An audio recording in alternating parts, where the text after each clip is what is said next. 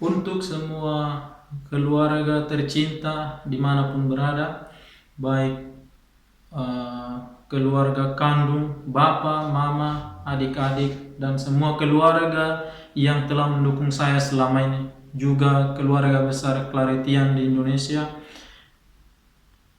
Saya mohon dukungan dan doanya untuk mendoakan dan menyertai saya dalam doa, di mana saya akan membuat kaul kekal sebagai religius di dalam kongregasi Claretian.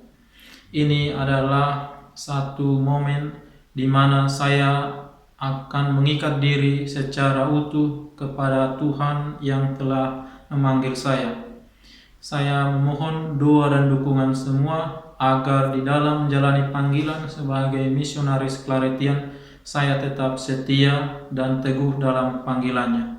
Dan dengan demikian, saya dapat menjadi seorang misionaris yang baik di masa depan.